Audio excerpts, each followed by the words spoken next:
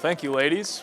Howdy, howdy, football fans. Welcome to the playoffs and welcome to Gulf Coast Gridiron. I'm Bradley Schimmel. And I'm Bailey Smith. It is win or go home. It's do or die. I mean, it's playoffs. Yes, the playoffs. Playoffs. Yeah, we've kind of been obsessing over that video. Always. Yeah. Always obsessing over that. But anyways, every game on the slate is important, obviously. Yes, as is our game of the week. You know, for the first round of the playoffs, it took place at SFCA here, home of the Kings, fresh off their first ever district title. Of course, that doesn't matter now. It's the playoffs. They had to worry about stopping Southwest Florida's all-time leading receiver. I mean, there was just something about tonight. Playoff football, it brings out the best of the best. And we saw just that in this matchup right from the get-go. Peyton Frontino to the leading guy, Jaden Petit. He's the Gulf Coast's leading receiver. He just added a few more there. But not much later in the drive, the handoff, it would go to Terrence Calixte. He plunges in for the easy score. Makes it look easy for the Celtics there. Next drive, though, we get another handoff here, and this time it goes to Lovens Basil, and he weaves his way through the defense for another score. I mean, SFCA, they tried to move the football on offense, but the Newman defense was simply suffocating. They pitched the shutout as they put an end to what has been an incredible season for SFCA. Down in Collier County, Community School of Naples made history this year, winning its first district championship ever. The Seahawks, who've won 6 of their last 7 games, were hosting Northside Christian for this Class 1A first-round matchup. And they were pretty quick with showing the Mustangs whose house this was. It was the very first play of the game. Ball is overthrown, tipped by a Mustang, so Ryder Brown swoops in. It's not just an interception. He takes it 20 yards back for a pick 6, just seconds into the game. So here, Northside goes again. First play of this drive. The ball comes out, and it's recovered by CSN. 2 turnovers in 2 plays. Javion Tanalis takes it 21 yards to the house to double that Seahawks lead. Quick 3 and out for the Mustangs, so now Caden DiLoretto, midfield, looking for his man, finds Max Varga way downfield. The Seahawks back in business yet again. Tanalis finds pay dirt for the second time already. It got out of hand pretty fast. CSN rolls 63-13 to move to the regional semis. And then in 3A, a rematch from last year, Cypress Lake hosting Key West. They traded haymakers all night in this 3A regional quarterfinal, and the scoreboard, it never stopped moving. Key West's run-heavy offense came out firing, stacking 16 quick points before Cypress Lake settled in and answered with a pair of first-half touchdowns to make it a 1-point game at the break. The second half, though, turned into a track meet, basically. The Conchas punched in 3 more rushing scores, while the Panthers kept responding through the air and on the ground. But Key West kept finishing drives, extending the lead in the 3rd and 4th quarters, and held off Cypress Lake's last push to survive and advance in the 3A playoffs.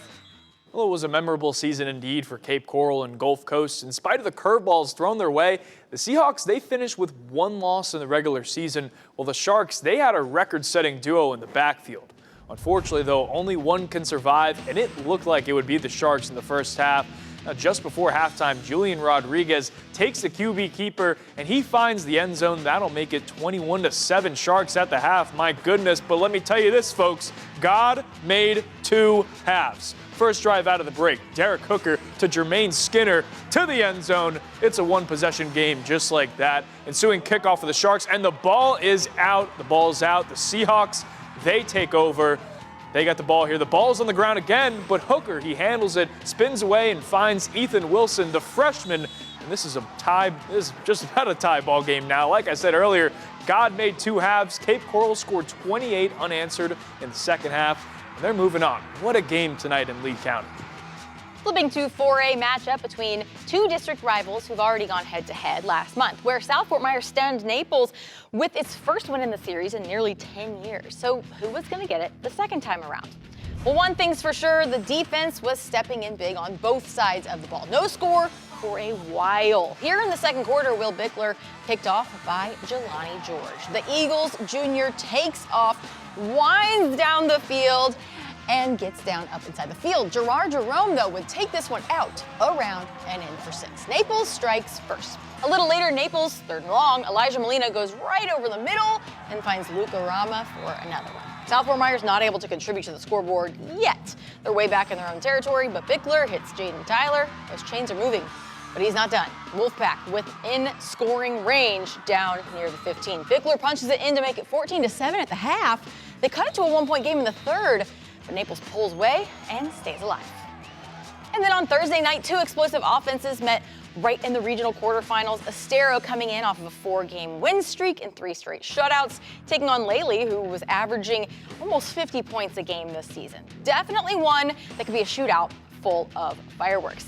Last time they met was all the way back in 2008. Both teams entered the postseason at 7-3 this year. Early on, Estero grabs the momentum. Lely quarterback Brady Quinn picked off by Nicholas Darris, and the Wildcats set up deep in Trojan territory. A few plays later, Maddox Stewart finds Kagan Krusher in the end zone for the 17-yard score. Estero jumps ahead 7-0. Lely answers quickly, though. Quinn rolls and hits Romeo Serraro from 10 yards out. But Estero keeps swinging. Stewart to Nathan Waters on the short throw. Waters does the rest to make it 13-6 Wildcats. Lely goes right back over the top. On 3rd and long, Quinn drops a dime to Brandon Baptiste, a 71-yard strike that flips the lead. The Trojans have the 2-point try to go 14-13, and they keep building. Quinn finds Zephaniah Diamond, bobbles it, hauls it in for a 24-yard touchdown, and Ty Collins makes an acrobatic catch for the 2-point conversion, pushing the lead 22-13. But from there, Lely's offense kept rolling, and the Trojans pull away to stay alive in round 1. Well, in the month of November, it does not matter what your record was coming in. What matters is whether you live to play another down. The Oasis Sharks had 1 win before Week 8, and then they won 2 straight to close things out in the regular season. They carried that momentum into this game in the playoffs as they dominated Inlet Grove in all 3 phases. 2 pick sixes decided this one for the Sharks as they live to swim. Right, Sharks swim, I think. Yeah, they live to swim another day. And if you ask them, this was entirely a collective effort. We all came together as a team, locker room. Started from when we all woke up, the team, we had class together, we all talked, watched film, sat, ate together. That's where it starts, team chemistry. As long as we can keep practicing another week, we get a little bit better every day. And that's what we can do. I'm proud of these guys. These guys are fighting, and towards the end of the season, they really started picking it up. Now Oasis, they'll head down to the 305 Dale next week to face North Miami Beach in the regional finals. That'll be a 7 p.m. kickoff. All right, let's check out the rest of the scores from the area. St. Petersburg Catholic knocks out ECS in 1A, while Bishop Verot upsets Calvary Christian in 2A. Meanwhile, Port Charlotte, they defeat their district foes 48-21, and Manatee, they put an end to Charlotte's season 28-21. The last set here, Riverdale takes down North Fort Myers, and Immokalee stays alive.